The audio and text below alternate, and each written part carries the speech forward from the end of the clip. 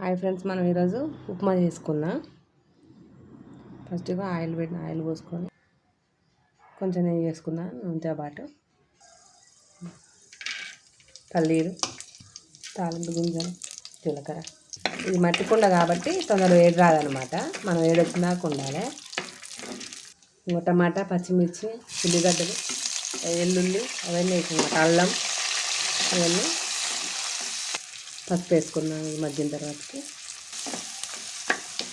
వేసుకున్నా. ఉప్మాకు మనం 1కి 3 గ్లాసులు వాటర్ పోసుకున్నాం.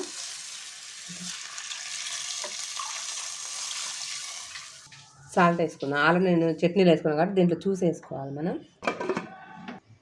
ఈ రవ్వలో మనం కొంచెం రాగి పిండి కలుపుకుందాం. మొత్తం ఇలా మనం కలుపుకోవాలి చేతిని. ఉప్మా తయారైపోయింది.